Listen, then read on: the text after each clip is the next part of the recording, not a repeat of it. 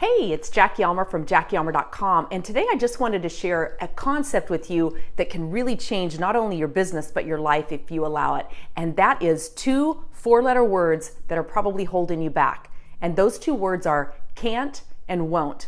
Now, can't is a very disempowering word that puts you into victim mode. So how many times do you say, oh, I can't make calls today in my direct sales business because my kids are home, or I can't go to convention because I can't afford it, or I can't get on this conference call because it conflicts with this. There are all different things and all different times in our life that we use the word can't. I can't eat healthy because, I can't work out because, I can't. Now imagine if you just shift that to I won't. Now, when you change that to I won't, it empowers you to do a couple of things, to really look within and evaluate, is this how I want to be living my life? Are these the words that I want to be sharing?